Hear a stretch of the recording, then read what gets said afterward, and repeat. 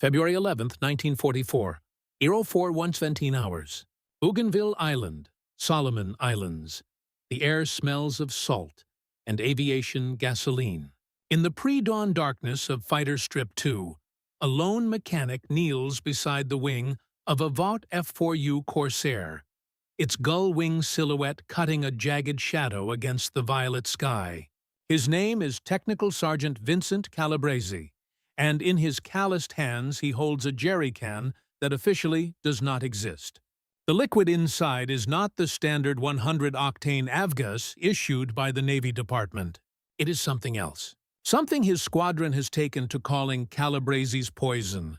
A volatile cocktail of high-octane fuel, water methanol injection fluid, and a compound derived from distilled torpedo alcohol that no engineering manual would ever approve. Around him, other crew chiefs prepare their aircraft according to regulation. They check oil levels. They inspect control surfaces. They do not tamper with fuel. But Calabrese does, because in 3 hours, his pilot, Lieutenant Gregory Hawkins, will take off on a strike mission to Rabaul. And if the official fuel load is all he has, he will not come home. The Corsair's engine ticks softly as it cools from the previous day's sortie. Calabrese unscrews the fuel cap and begins to pour. The smell is acidic, chemical, wrong. It burns the nostrils. The other mechanics avoid eye contact. They know what he is doing. They know it is against every safety protocol written by Pratt & Whitney, every directive issued by the Bureau of Aeronautics. They also know that in the last 2 weeks, Hawkins has returned from missions twice when others have not. Not because he is a better pilot, but because his fuel lasted longer. 40 minutes longer. 40 minutes that mean the difference between gliding into the ocean and making it back to the strip. Calabrese finishes pouring and replaces the cap. He wipes his hands on a rag already stained black with grease and sits back on his heels, staring at the aircraft as if willing it to forgive him for what he has done. He does not pray. He does not speak. He simply waits for the sun to rise and for history to decide whether he is a genius or a killer. This is not a story about heroism in the traditional sense. It is not about dogfights or medals or the clean narrative arcs that war correspondents prefer. This is a story about desperation, about the small, invisible acts of defiance that occur when men realize that the systems designed to protect them are insufficient. It is about a mechanic who broke the rules because the rules were written by men who had never seen Rabaul. And it is about a fuel mixture that the Navy would later condemn, court-martial, and then, quietly, without fanfare, adopt Rabaul. The name alone carried weight in the South Pacific theater. Situated on the northeastern tip of New Britain Island, it was the most heavily defended Japanese stronghold outside of the home islands. By early 1944, it housed over 100,000 troops, 5 operational airfields, a naval anchorage carved into volcanic calderas, and an anti-aircraft network so dense that American pilots called it the Flak Factory. To strike Rabaul was to fly into a mechanical hell. The Japanese had learned the lessons of Guadalcanal and Midway. They had fortified. They had dug in. And they had turned the skies above their base into a killing field. For the pilots of Marine Fighter Squadron VMF 213, the famed Black Sheep Squadron, and their Navy counterparts, missions to Rabaul were exercises in calculated suicide. The distance from Bougainville to Rabaul was roughly 250 nautical miles one way, a round trip of 500 miles, plus combat time, plus the inevitable evasive maneuvers required to avoid the curtain of flak, and the swarms of Mitsubishi A6M0s that rose to meet every American raid. The standard fuel load in a Corsair's internal tanks gave a pilot approximately 2 hours and 40 minutes of flight time at cruise settings. This included taxi, takeoff, climb to altitude, transit, combat, and return. There was no margin. There was no reserve. If a pilot encountered headwinds, if he was forced into an extended dogfight, If he had to circle the airfield waiting for a damaged runway to clear, he would not make it back. The mathematics were brutal and inescapable. Dozens of aircraft were lost not to enemy fire, but to fuel exhaustion. Pilots would radio their positions, their fuel states, their understanding that they were not going to make it, and then the radio would go silent. Search and rescue operations recovered some. Most simply vanished into the Bismarck Sea. The official response from the Navy was to install external drop tanks, auxiliary fuel tanks that could be jettisoned in combat. These helped, but they were not always available. Supply lines in the South Pacific were stretched thin. Factories in the United States were prioritizing the European theater. And even when drop tanks were available, they added drag, reduced maneuverability, and were prone to mechanical failure. Pilots learned to ration fuel like misers.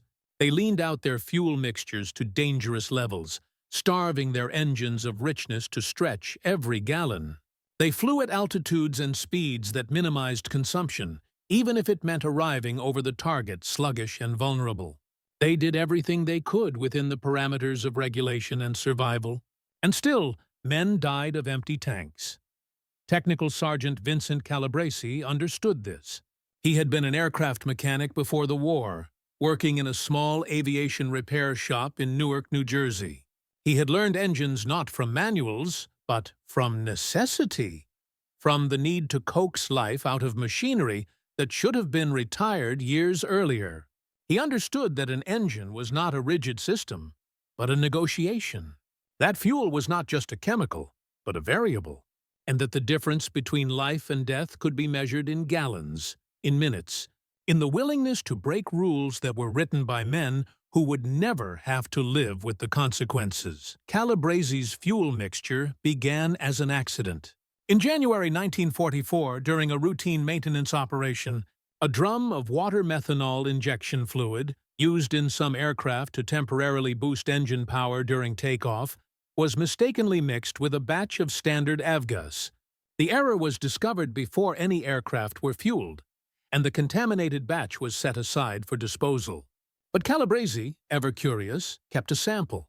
He ran it through a makeshift distillation rig he had constructed from scavenged copper tubing and a commandeered pressure cooker.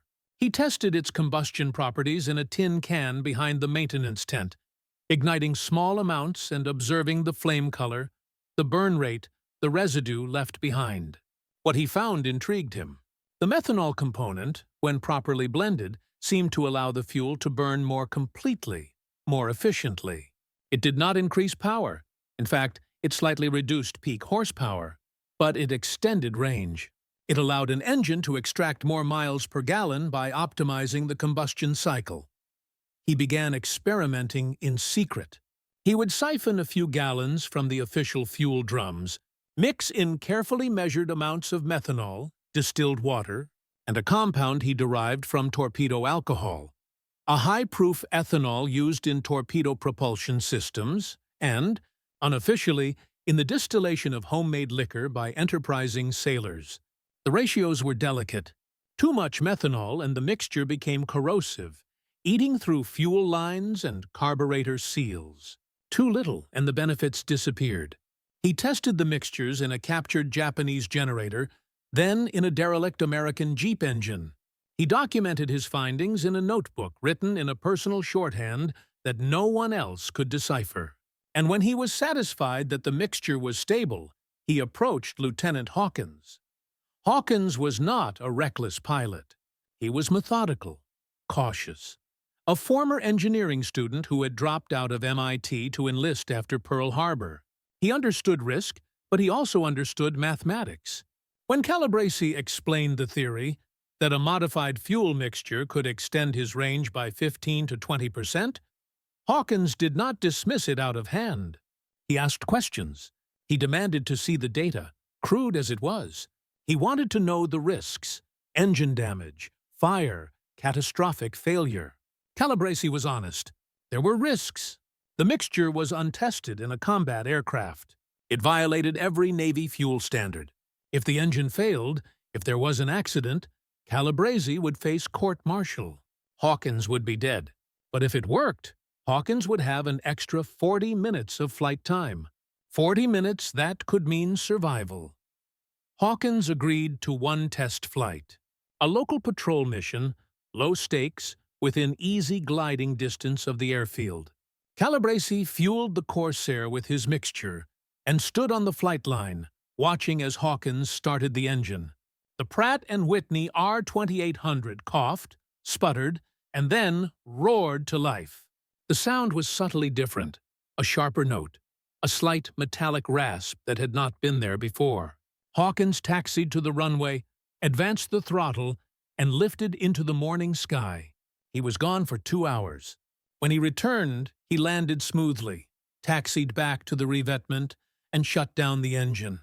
He climbed out of the cockpit, pulled off his flight helmet, and walked over to Calabrese. He said 3 words. It worked. Do it again. Words spread slowly, cautiously, the way secrets spread among men who trust each other but do not trust the system. Other pilots began to notice that Hawkins was returning from missions with fuel to spare. They asked questions. Hawkins deflected, attributing it to careful fuel management, to favorable winds, to luck. But pilots are not easily fooled. They know their aircraft. They know the fuel burn rates, the consumption curves, the brutal calculus of range and endurance. Something was different. Eventually, another pilot, Lieutenant Junior Grade Carl Dietrich, cornered Hawkins in the mess tent and demanded the truth. Hawkins hesitated. He knew that revealing Calabrese's mixture would put the mechanic at risk. But he also knew that men were dying. He told Dietrich, and Dietrich told his crew chief. And within a week, 3 Corsairs in the squadron were being fueled with Calabrese's poison. The results were undeniable. On a strike mission to Rabaul on February 18th, a 4-plane division encountered a massive storm system on the return leg. The headwinds were ferocious, cutting their ground speed by 30 knots. 2 of the aircraft, fueled with standard avgas, ran out of fuel within sight of Bougainville. The pilots ditched in the ocean. One was rescued by a Navy PBY Catalina. The other was never found. The remaining 2 aircraft, fueled with Calabrese's mixture, made it back to the airfield with 10 minutes of fuel remaining. 10 minutes, 600 seconds. The difference between a telegram sent to a family in Iowa and a pilot walking into the debriefing tent alive. The squadron commander, Major William Wild Bill Harris, could no longer ignore what was happening. He summoned Calabrese to his tent and demanded an explanation. Calabrese, expecting punishment, brought his notebook and explained the chemistry as best he could. He showed the combustion test results, the fuel consumption data from Hawkins's flights, the careful measurements he had taken. Major Harris listened in silence. He was not an engineer. He was a Marine officer trained in tactics and leadership, not thermodynamics. But he understood one thing very clearly. His men were surviving because of this mixture. He asked one question. Is it dangerous? Calabrese answered honestly. More dangerous than what we're already doing? No, sir. Less dangerous? Maybe. Harris made his decision. He would not officially authorize the use of the mixture. That would require approval from higher command. And higher command would never approve something so irregular. But he would not stop it. He would look the other way. He would allow his mechanics to do what they needed to do to bring his pilots home. It was not heroism. It was pragmatism. It was survival. But survival came with a price. The fuel mixture was not a miracle. It was a gamble. And like all gambles, sometimes it failed.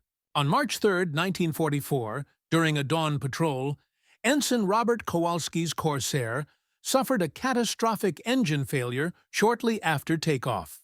The R2800 engine seized, the propeller froze, and the aircraft nosed over and crashed into the jungle at the end of the runway. Kowalski died on impact. The subsequent investigation revealed residue in the fuel system consistent with methanol contamination.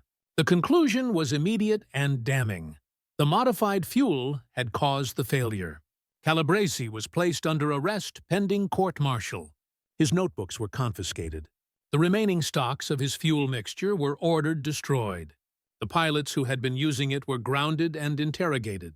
The experiment was over, except it was not. Because the pilots knew what the investigators did not, that Kowalski had not been using Calabrese's mixture.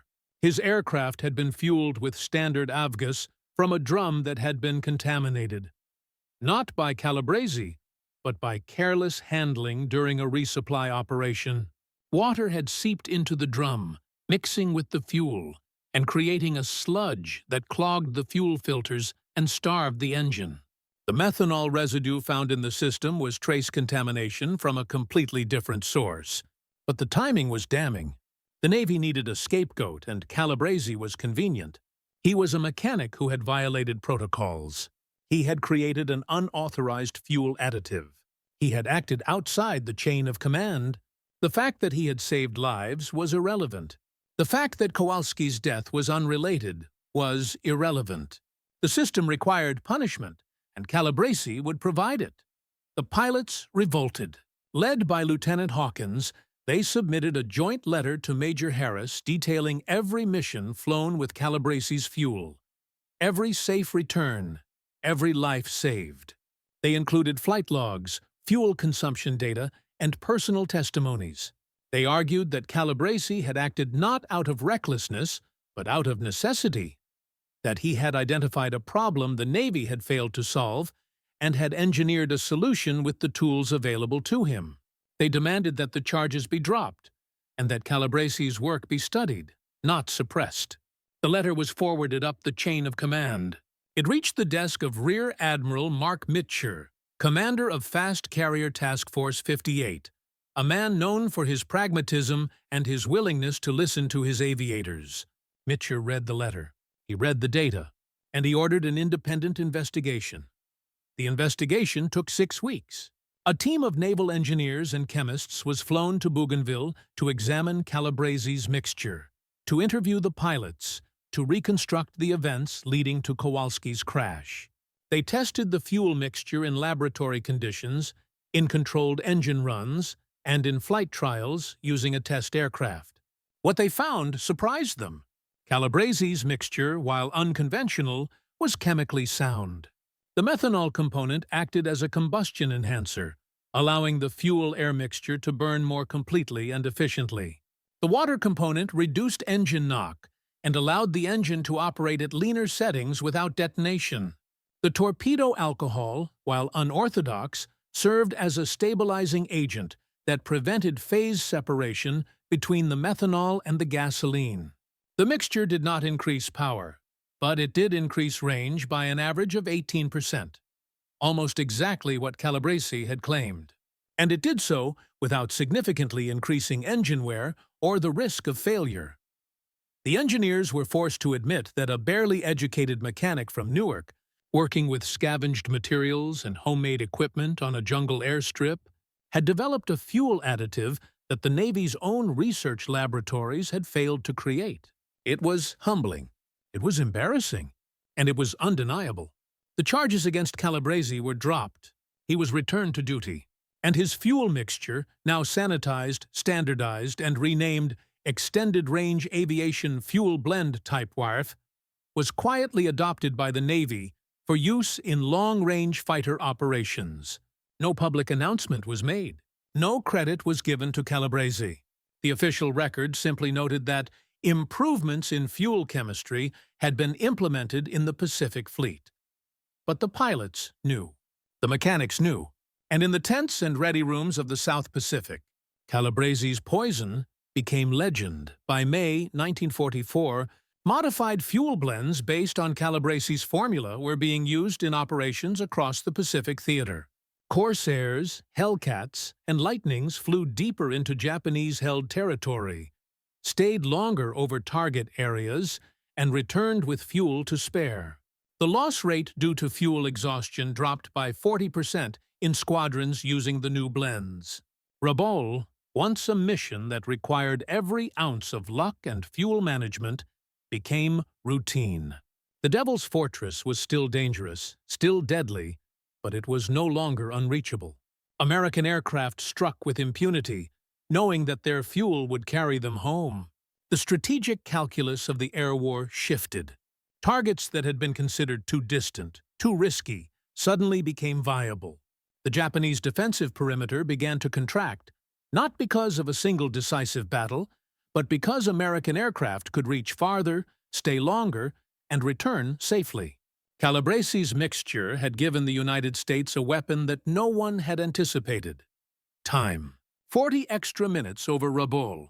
40 minutes that became hours, that became hundreds of sorties, that became thousands of tons of bombs delivered onto Japanese positions. 40 minutes that saved lives and shortened the war. The jerry can became Calabrese's symbol, that battered, unmarked container that he carried from aircraft to aircraft, pouring his mixture with the care of a chemist and the faith of a priest. It was not regulation. It bore no markings, no serial numbers, no official designation. It was simply a container, scavenged from a captured German supply dump, repurposed and sanctified by necessity. The other mechanics began to notice it. They saw Calabrese carry it across the flight line in the early morning darkness, saw him kneel beside the wings of Corsairs and pour his poison into the fuel tanks. They saw the pilots return when others did not. And the jerry can became a talisman, a symbol of something larger than fuel or chemistry or regulation. It became a symbol of the American capacity for improvisation, for disregarding the rules when the rules failed, for trusting individual ingenuity over institutional authority. In the hierarchical structure of the military, where orders flow downward and obedience is expected, Calabrese's jerry can represented a quiet rebellion. It represented the idea that the men on the front lines, the mechanics and pilots and enlisted men who lived with the consequences of distant decisions, had the right to solve their own problems when those distant decisions proved inadequate. It was not insubordination. It was adaptation. It was survival. And it was deeply, fundamentally American. The United States did not win the Second World War solely through industrial might or numerical superiority, though those were critical. It won because its systems allowed for flexibility, for trial and error, for the incorporation of good ideas regardless of their source. A Japanese or German mechanic who deviated from official fuel specifications would have been court-martialed and possibly executed. The system would have been preserved at the cost of effectiveness. But in the American system, Calabrese was punished, investigated, vindicated, and ultimately proven correct. The system bent. It did not break. And in bending, it became stronger. The jerry can appeared in squadron photographs. Pilots posed beside it, grinning, their hands resting on its scarred surface as if it were a good luck charm. Some painted their own versions, decorating them with squadron insignia and kill markings. One pilot, Lieutenant Thomas Archer, had a miniature jerry can painted on the side of his Corsair beneath his tally of victories, a tribute to the fuel that had brought him home. When war correspondents visited the airfield and asked about the strange decorations, the pilots would smile and deflect, offering vague explanations about custom fuel management techniques. The correspondents, sensing that there was a story but unable to extract it, moved on. The secret remained within the squadron, a shared knowledge that bound the men together more tightly than any official commendation. The Japanese pilots who faced American Corsairs over Rabaul in early 1944 expected a familiar enemy. They had fought Americans since Pearl Harbor. They knew the capabilities of American aircraft, the tactics of American pilots, the rhythms of American raids. They expected aircraft that would arrive, strike, and leave, constrained by fuel, by logistics, by the tyranny of distance. They expected to exploit that constraint, to force the Americans into extended combat that would drain their tanks and send them fleeing back toward Bougainville with empty gauges and sputtering engines. They expected the ocean to be their ally, claiming American pilots who miscalculated, who stayed too long, who fought too hard. This was the pattern. This was the war they knew. But something changed. In February and March of 1944, Japanese pilots began to notice that American aircraft were lingering, that Corsairs that should have broken off and headed home were instead continuing to patrol, to strafe, to engage. That aircraft that should have been fleeing were instead climbing back into the fight. The Japanese command issued reports noting the anomaly, speculating that the Americans had developed new drop tanks or had established a secret forward refueling base closer to Rabaul. They increased reconnaissance flights, searching for this phantom base. They found nothing, because there was no base. There was only a mechanic with a jerry can and a willingness to break the rules. For the American pilots, the transformation was psychological as much as tactical. Before Calabrese's mixture, every mission to Rabaul was shadowed by the fuel gauge. Pilots would glance at it constantly, mentally calculating the point of no return, the moment when they would have to abandon the fight and head for home regardless of the tactical situation. It was a leash, invisible but unbreakable, that constrained every decision. Engage this zero or conserve fuel. Make another strafing pass or preserve the margin for headwinds. The fuel gauge was a silent co-pilot, always whispering caution, always reminding them of their mortality. But with the extended range provided by Calabrese's mixture, that leash lengthened. Not infinitely, not without limits, but enough. Enough that pilots could make tactical decisions based on the enemy and the mission, not on the fuel state. Enough that they could stay in the fight a few minutes longer, make one more pass, cover a wingman who was in trouble. Enough that the fuel gauge became a concern rather than a terror. Lieutenant Hawkins described it in a letter to his wife, a letter that would not be mailed until months later when the censors cleared it. It is a strange thing, darling, to go into battle knowing that you have time. Not much time, but time. Enough to think. Enough to act. Enough to come home. There is a mechanic here, I cannot tell you his name, who has given us this gift. He does not fly with us. He does not pull triggers or drop bombs. But he has saved more lives than any of us, and he will never receive a medal for it. I do not know if that is justice or injustice. I only know that I am alive to write this letter because of him. To understand what Calabrese's jerry can represent it, one must understand the deeper conflict that underlay the Second World War. It was not merely a war of territory or ideology in the abstract sense. It was a war between systems of resource management, between philosophies of allocation and innovation.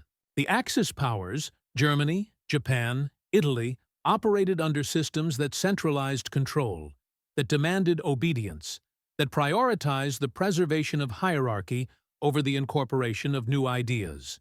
They were efficient in the short term, capable of mobilizing rapidly and striking with precision. But they were brittle. They could not adapt. When their initial strategies failed, when their carefully laid plans encountered the chaos of reality, they had no mechanisms for correction. Deviation was punished. Innovation was suppressed. The system ate itself. The United States operated differently. It was wasteful, chaotic, inefficient in ways that horrified observers trained in European or Japanese military traditions. Soldiers complained. Officers disobeyed orders they considered stupid. Mechanics improvised. Supply lines delivered bizarre surpluses of some items and desperate shortages of others. The system was a mess, but it was a flexible mess. It allowed for feedback. It allowed for correction. And critically, it allowed for abundance to compensate for inefficiency. The United States could afford to waste fuel, to experiment with mixtures, to tolerate failures, because it had resources to spare. Calabrese's jerry can was not a symbol of scarcity overcome, but of abundance applied intelligently. He had taken surplus materials, methanol, torpedo alcohol, water, and combined them with standard fuel to create something better. He had not hoarded. He had not rationed. He had innovated. The Japanese, by contrast, were starving. Their fuel supplies were dwindling. Their refineries were being bombed. Their tankers were being sunk by American submarines. By 1944, Japanese pilots were flying aircraft with fuel so poor that engines failed regularly. They were mixing gasoline with pine root oil, with alcohol distilled from sweet potatoes, with anything that would burn. They were operating on the edge of collapse, and yet their system did not allow for a Japanese equivalent of Calabrese. A Japanese mechanic who attempted to modify fuel would have been court-martialed immediately. No investigation, no appeal. The idea that an enlisted man could challenge official specifications, could experiment, could deviate from doctrine, was anathema. And so Japanese pilots flew on failing fuel while American pilots flew on Calabrese's poison. And the difference in those fuel tanks was the difference between the two nations' capacity for adaptation. This was the ideological war beneath the shooting war. Democracy, for all its inefficiencies, allowed for distributed problem-solving. It allowed a mechanic in the Pacific to solve a problem that engineers in Washington had failed to address. It allowed information to flow upward as well as downward. It allowed the system to learn. And, in a conflict as vast and complex as the Second World War, the side that learned faster won. The jerry can, battered and unmarked, represented that capacity. It was not a weapon in the traditional sense. It held no bullets, dropped no bombs, but it extended the reach of every aircraft it fueled, and in doing so, it extended the reach of the ideology it represented. That abundance, intelligently applied, could overcome any obstacle. That individuals, empowered to think and act, could reshape the course of nations. That the rules, when they failed, could be rewritten by those who lived with the consequences. Technical Sergeant Vincent Calabrese did not become famous. His name does not appear in the major histories of the Pacific War. He received no medals for his fuel mixture, no commendations, no recognition beyond the quiet gratitude of the pilots whose lives he saved. After the war, he returned to Newark and reopened his aviation repair shop. He worked on civilian aircraft, small planes flown by hobbyists and businessmen. He never spoke publicly about what he had done in the Pacific. When asked about his war service, he would shrug and say that he had been a mechanic. Nothing special, just a man who fixed engines. He died in 1978, and his obituary in the local newspaper made no mention of Rabaul, of Corsairs, of jerry cans filled with poison. It noted only that he had been a veteran, a business owner, a man who had lived a quiet life. The world moved on, and Calabrese's story faded into the margins of history. But the pilots remembered. In the decades after the war, at reunions and memorial services, they would tell the story of Calabrese's mixture. They would describe the jerry can, the secret fuelings, the extra 40 minutes that had brought them home. They would toast his memory, and they would wonder what had become of him, this mechanic who had saved their lives and asked for nothing in return. Some tried to find him, to thank him, to ensure that his contribution was recorded. A few succeeded.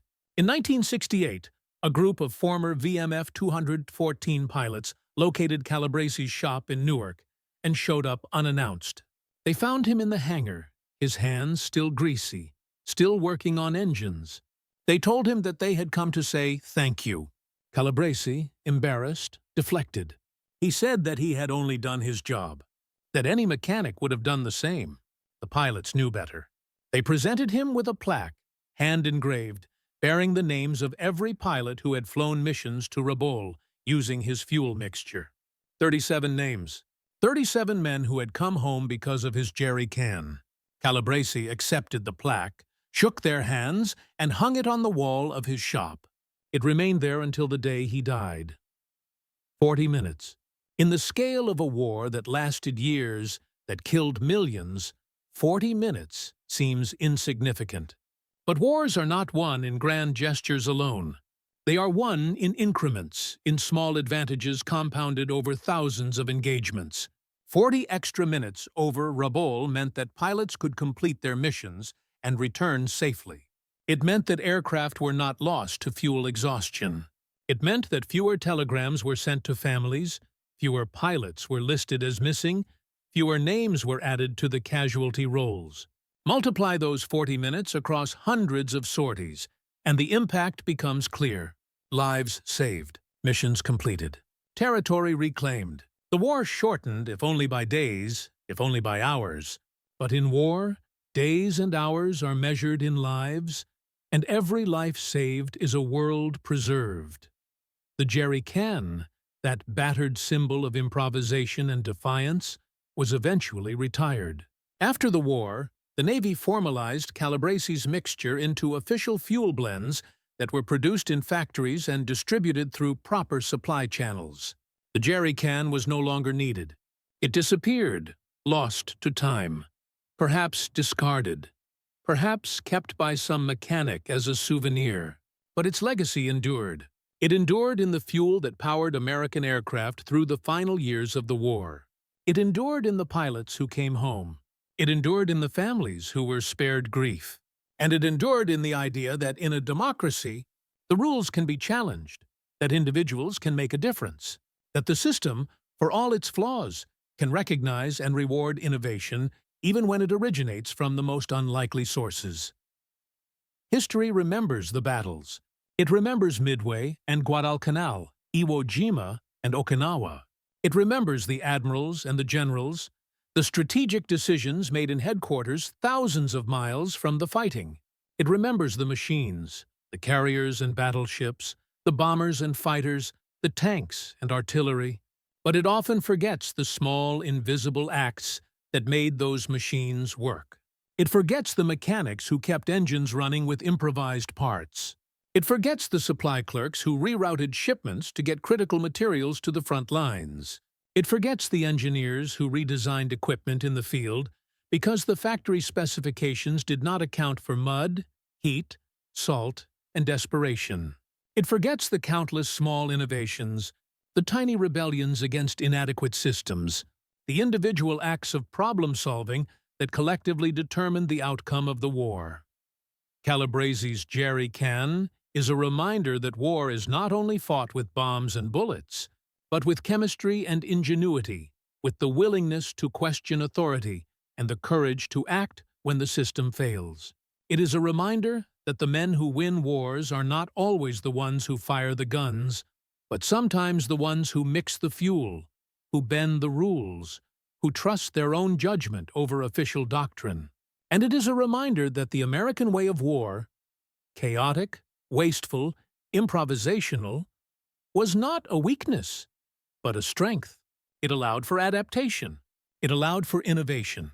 It allowed for a mechanic with a jerry can to change the course of battles.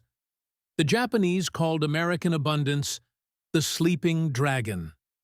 They believed that if they struck hard enough, fast enough, they could cripple the United States before the dragon awoke.